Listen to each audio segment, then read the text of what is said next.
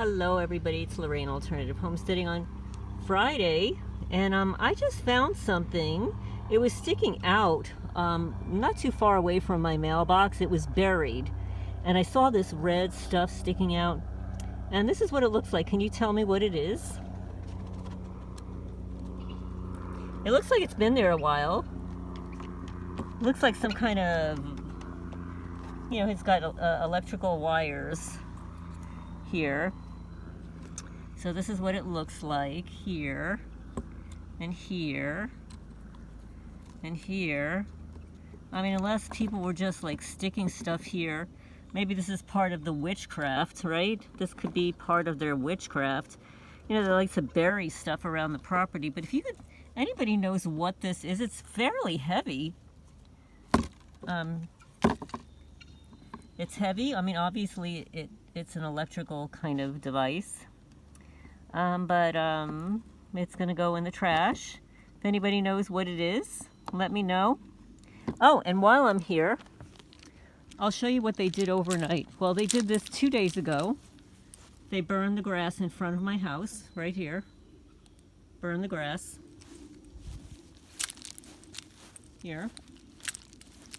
When I went to open up my chicken coop door in the back here and put their ladder up, and of course they did it so that I would notice it.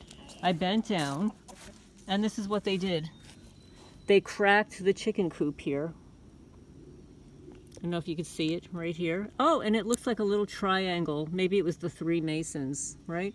So what they'll end up doing is they'll chip it off a little bit at a time. I'll show you what else they did to the chicken coop.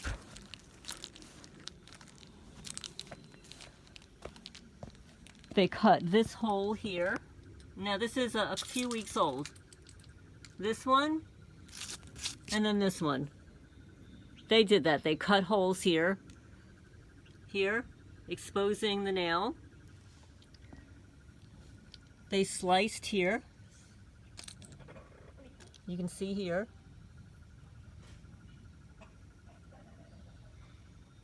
All the way down here. Here. And they like to hammer nails. When people finish a piece of wood like this, you see the nails are painted. But what these criminals do, they come around and they hammer the painted nails so that the paint falls off, and it looks like it's got a hole, so it's not finished. They purposely do that around the building. Like they did it here on the porch.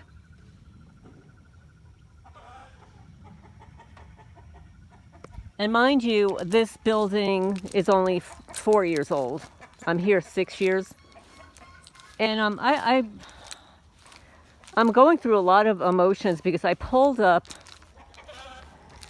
a makeshift birth chart for Mikayla. Obviously, I have her date of birth. I don't have the time. I have her state of birth, but I don't have the city. And then I pulled up the transits for the solstice. Now, I'm going to assume that her husband found her late afternoon. I could be wrong. And of course, there might be an hour time difference between here and there.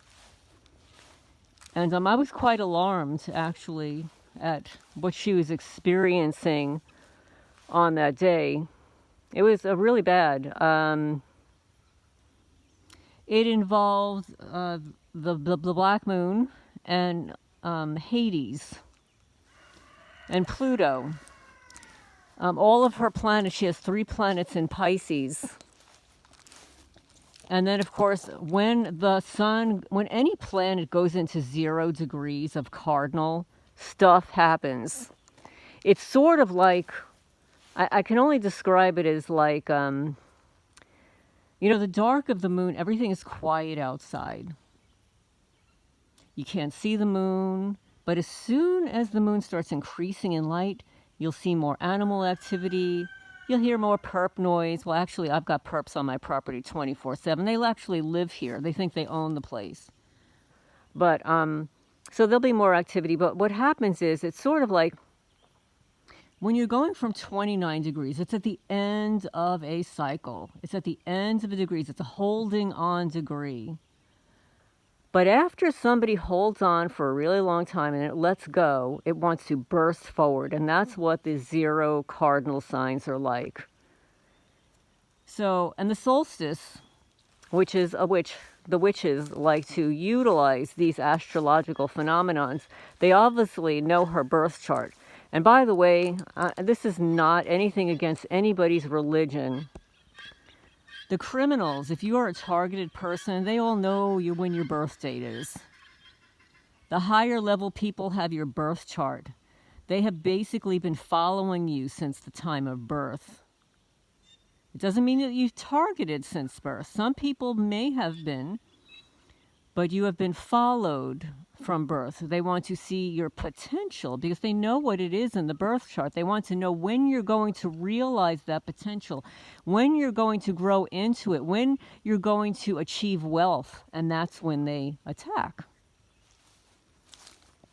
So I was very alarmed, actually, and I saw a video, one of her last videos. I've never seen this before. I don't know where it was posted. I don't know if it was on her channel or some other social media. But she was basically, she looked like a different person. She looked very sad. And she was even saying as if she's so tired, she's not bouncing back the way she used to. Well, now, if I knew her personally and I heard this from her, I would have told her to please take a vacation. Take time off and just stay away from social media for a couple of weeks. Don't worry so much about the fundraising right now. It's the summertime. People are on vacation. You will get the money. But you can't get back your health. And that's what I would have told her. But she's 29 years old. I don't know what happened. I think also, because she was feeling so horrible, I think people were cursing her and harassing her. I heard that she had some kind of an argument with her husband. No big deal, but for somebody who's already on the edge, it could be a big deal. I don't know. Obviously, I don't know the personal details of anybody's life or how he found her, although somebody said that he found her in the bathroom. Never a good sign. So I'm thinking that she took some more of her medication to feel better. And maybe it was too much. Maybe it had a negative side effect. Maybe it was laced. Maybe it was an overdose. I don't know. It could have been even worse than that. In looking at her chart, it could have been worse than that. But I'm not going to say that this was a premeditated event. This was something that happened suddenly. And it's very sad. I just can't. I'm having a hard time with it. Very hard time. Also, people have been commenting on, my stupid neighbor who, when she was posting the no trespassing signs on my property, she says, I don't know how you get your money, but we worked hard for our money. It's like, okay, well, first off, I'm meeting this woman for the first time after living here for a year. Does anybody need to know how somebody earns a living? How is that anybody's business? And of course, they slander targeted people. There are so many people in our community that have master's degrees, that have doctorates, that have degrees, that have certifications, that have their own businesses in the field of health, work for corporations, highly successful people, mechanics, doctors, lawyers. So it just really pissed me off. And then somebody implied, well, oh, you must be making money from men. Like, I wish men were giving me money. I wish. My ex-husband, I'll tell you right now, he owes me about $250,000. That's right. Why does he owe me so much money? Well, that doesn't even include the compounded interest, which I did successfully get the compounded interest added to one of my last lawsuits, cases against my ex-husband, because for all of those years that he refused to pay child support, look at the criminals, they just can't help themselves. Maybe they just want to be famous. They want to be popular like my neighbor. They keep driving back and forth. But he chose to not pay his child support. Anything that the court ordered, he refused to pay, including alimony. I guess it's called spousal support. He didn't pay that. He was ordered to pay my legal fees. That's right. After a time, he was ordered to pay my legal fees, filing fees. He was supposed to pay half of all of my daughter's medical, all of her school, and that went, actually, I got it approved, the judge approved, because of my daughter's academic record, that he has to pay half through college. So it wasn't just high school. You know, some kids, the parents get off only paying half or whatever it is through high school, but because of my daughter, oh, there goes another one. It's Friday night. They're getting the groove going on, guys, 3 times so far. But because of her academic ability, and it was known that she was going to university, my ex-husband was ordered to pay half of all of her applications, half of her SAT scores, half of all of her university filing fees, and half of her college. That's right, half of 4 years he was supposed to pay, and he paid zero. Zero. That's why he owes me so much money. That's why. He didn't pay his child support, didn't pay his spousal support, didn't pay the medical bills for my daughter, didn't pay half. I mean, I'm saying half, not all, half. He didn't pay half. He didn't pay half of anything. And it adds up. So yeah, my ex-husband owes me about $250,000. I'll never see that.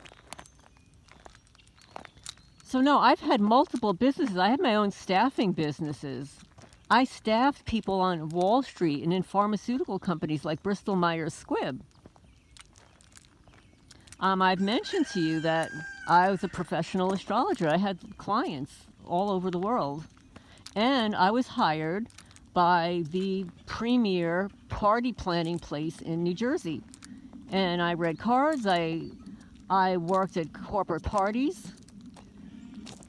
I got hired through them. And then when I was working 4 jobs, I worked at a title agency. I worked at 3 separate real estate companies as the broker's assistant, managing the office. I was the office manager at as a broker assistant. The broker of record at the real estate company. I was their assistant and office manager. So that's what I did. I also worked at a title company as a processor. I also cleaned houses.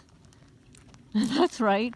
That's how I met my feral cat colony.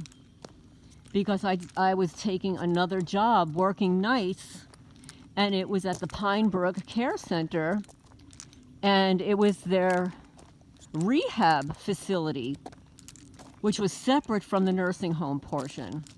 And that's where I met this woman, Pat. And Pat was the one that told me she had a secret. She was taking care of these cats. But yeah, so I was cleaning the rehab center. I don't remember how often. I don't know if it was a couple of days a week, every day. I don't remember, but it was really close to home. I mean, literally, it was like a 6-minute drive. And that's what I did. I did that at night. I would come home maybe at 10 p.m. And this would be after my other job. I also did daycare. I was a nanny. I've had so many jobs. It's unbelievable. So yeah, that's how I earn my money. I work my friggin' ass off because my ex-husband didn't pay support. And I had my own staffing business. And then I went back to school. I got my Reiki certifications. I started doing Reiki. Mostly volunteer. I read tarot cards. I did astrology readings. So yeah, that's how I earn my money. I also earn my money because I'm good with money. I'm really good with money. Although, yes, I do spend it. I do. But I'm really, really good with money. I know how to make money. I know how... I'm not a good investor. I'll tell you right now. I'm not a... Look at this. This is what they're doing to my poor girl. I have a gang of roosters attacking my hen. I can't stand this part of my night. 1 second, I have to rescue her. No roosters. Get out. Get out. Look what he's doing. Get off. Get off. Leave my girl alone. Leave my girl alone. You're hurting her. You're hurting my girl. The worst part of my night. I don't know what it is with these roosters. They all want to get laid at night. Sorry, guys. It's just the truth. This is what the roosters do. Something else that I did, and I learned this from my father. My father was brilliant, and yes, he worked for IBM, but he also had he bought and sold antiques. And he was taking my brother and I antiquing from the time I was single age digits. And I loved it. And I bought old things. And actually, during my divorce, I sold so many of my antiques. That's how I was able to pay my bills. I sold all my gold jewelry, all my silver jewelry, all my little porcelain collectibles. I had collected, for all you women out there, Limoges. Limoges are beautiful little hand-painted porcelain boxes. They're made in France. And I had a beautiful collection of cat Limoges boxes. And unfortunately, during my divorce, I needed the money. And I sold every one of them on eBay. Unfortunately, my father also collected antique knives. Beautiful antique pocket knives. And I sold every one of those on eBay to make money. I wanted to keep them, but I sold them. So this is how I make money. I see the value in things. Like I can buy something for $5 and sell it for 30. And that's basically what I was doing on eBay initially. I was buying stuff at a very low price and selling it at significantly higher amounts of money. So that's how I make my money. And I'm really good at it. I'm good at making money. And I'm really good at buying and selling real estate. When I lived in Kew Gardens, my ex and I purchased our first, what was called a co-op. I sold that co-op and then purchased another one in the building. And because I did such a good job renovating the first one, the owner of the building let me have it rent-free and gave me, I think it was $20,000 to renovate the kitchen and bathroom. And all the rest I had to pay for. And I did. I renovated it, top to bottom, floors. It was unbelievable. I hired a seamstress to sew curtains. I pickled the floors. That was the big deal back then. The wavy, because, it was a pre-war building. Gorgeous. Pre-war building with terrazzo floors. Gorgeous. And then, so the first one I flipped, I think I made, I forget if I get confused between the two. I think the first one I made about $60,000 flipping it. And then the next one, that one that I put all the work into, we flipped that, and it was about $90,000 we made on that. It was a pretty short period of time. We made about $90,000 on that, and then we moved to New Jersey. The house, 52 Sutton Drive, Manalapan, New Jersey, a home I lived in for 30 years as original owner. So my ex-husband and I bought that house, but we weren't buying it fast enough, so the builder gave us like $20,000 or $40,000, I forget what it was, $30,000 to close by a certain date on my co-op, which we did. We did do. So we got that money. It reduced the price of the house at 52 Sutton Drive. And we bought that house. We bought that house. I think it was $248,000. That's what I think. And then minus the discount. So yeah, so we bought about $248,000, and of course, I sold that house for $540. Put a lot of money into it. The house should have sold for $620, but I was financially raped. $300,000 of vandalism to that property, 52 Sutton Drive, Manalapan, New Jersey 07726, Monmouth County, down the block from the Manalapan, New Jersey Police Department, and next door to a paid informant, and across the street from a paid informant. So that's how I make my money. But from what I understand, my neighbors, they're gift card whores. They're paid under the table. They don't even pay taxes on their little gift card benefits. And of course, they're also paid with everything that's been stolen from my home. Like last week, an entire box of rubber gloves was stolen from the entrance. And this sounds inconsequential, but I have a vintage mason jar, one of those gorgeous blue ones. And I had just filled it with these sourdough pretzels. I just opened it, sourdough pretzels. They took the whole thing. They took the vintage jar with the pretzels in it. That's right. Today, I don't know when they did it, probably when I was in the Cats building. I go to use my bathroom, and I have a beautiful vintage Aurifors statue, clear, crystal statue of a cat, mint condition. The fuckers came in and they scratched it. Just the way they dug into the chicken coop. So that totally devalues that piece. I mean, I love it. But if I were going to sell it, I could probably sell it for $300. But now that they scratched it, probably not. And they know that. And that's what they've done around here. The former owner left a lot of nice things around here. Vintage, excellent condition, and they have destroyed everything. And no, it wasn't done by me. It was done by these criminals, these losers, these jealous people. So that's how I make money. I've never really did the stock market thing. Although I will tell you that when I was married, I did buy some penny stocks that did really well. And I bought Disney stock for my daughter. And the Disney stock was doing really well then. And then it split.